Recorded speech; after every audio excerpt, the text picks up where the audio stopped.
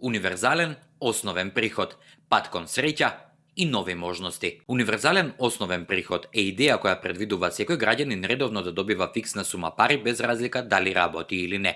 Целта е да се обезбеди финансиска сигурност и да се намали сиромаштијата, но што навистина се случува кога луѓето добиваат пари без никакви услови?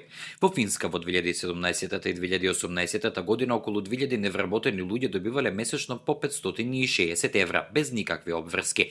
Истражувањата покажале дека стресот кај учесниците значително се намалил, психичкото здравје се подобрило, а луѓето станувале пооптимистични и почнувале да бараат нови работни можности.